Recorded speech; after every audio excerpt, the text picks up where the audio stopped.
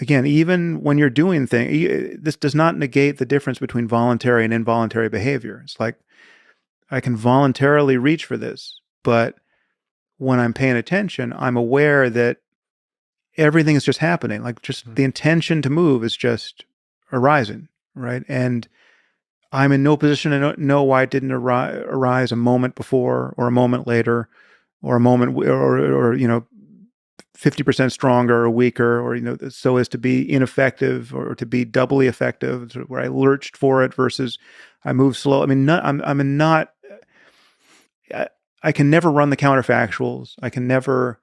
I mean, all of this opens the door to an even more disconcerting picture along the same lines, which is subsumes this conversation about free will, and it's the question of whether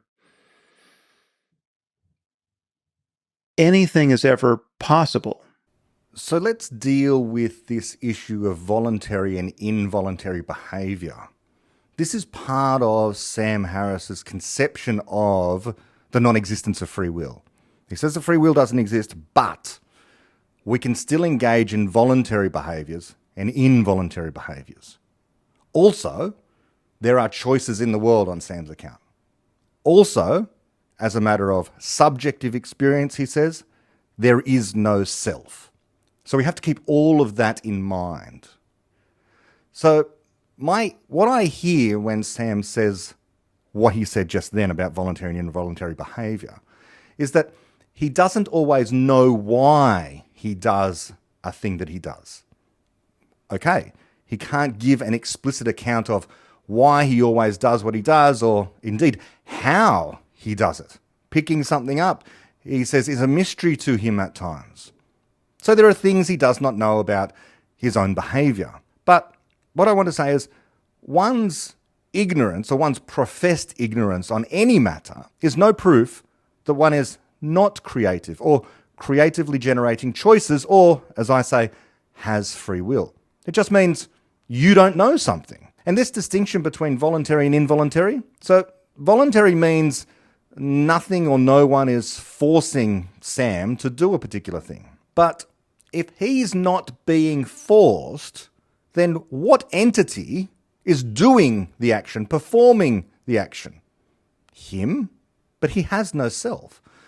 Simultaneously, Sam wants to say, so he voluntarily can do something, but also, as a matter of subjective experience, there is no self. The self is an illusion. So it can't be himself making the movement. So what is? Well, let's try and steelman this. He says that the intention to move just arises. Okay, but where does that arise? I would say it arises within one's self. What else might happen if the intention doesn't arise? Should the intention always be there if it's not going to arise? So it seems like intentions are real, and Sam agrees with this. And the intention arises, but he doesn't know how or why the intention arises. And this leads him to think that free will doesn't exist because the intention arises, he can't give an account for that, therefore he's not responsible for the intention arise. He didn't choose for the intention to arise, therefore he's not freely choosing the intention. But that's just to say he doesn't know why the intention arose. But again, that is not proof that the intention is not just him doing something. It's not a proof that the intention is not his, that he himself is having the intention just because he, Sam Harris, cannot provide an account for it. There might be a deeper explanation of what's going on, and if you delved into it, perhaps by exploring one's subconscious, you could figure out an explanation for the intention arising. But then, of course, he would say, well, those subconscious, by very definition, are not part of you, your intentions. You didn't choose those, therefore you don't have any free will. But I want to say the subconscious is also part of you, what you are, on my account of what you are, a mind, a creative mind. And you can't give a holistic account, a full account, a complete account of what's going on in your mind. Some of it is opaque to you, but that doesn't mean it's not part of you. You just might not be conscious of it. Our minds can be mysterious to us. We create knowledge after all, and this act of creation is something we do not understand well. Inspiration.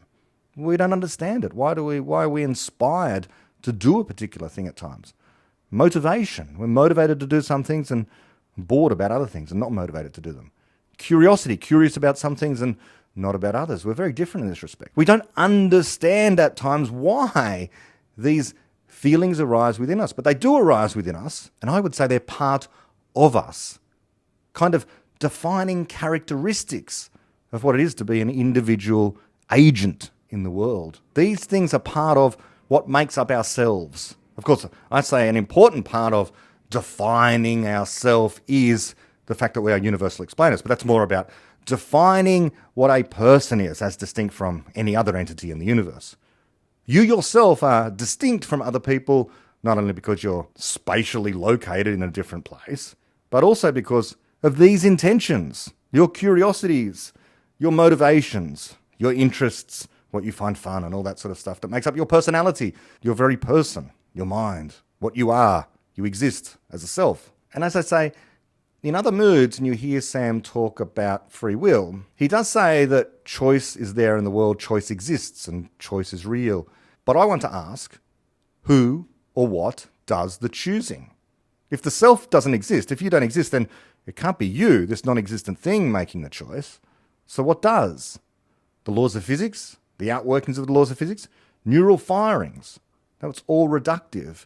It's a kind of justificationist foundationalism. If he, Sam, does not know the answer to something about his mind, he wants to put it down to, well, that's just proof I have no control over the thing and therefore there's no free will. But we have intentions to do stuff all the time and then we change our minds. We change them. But he would say we don't choose to change our minds.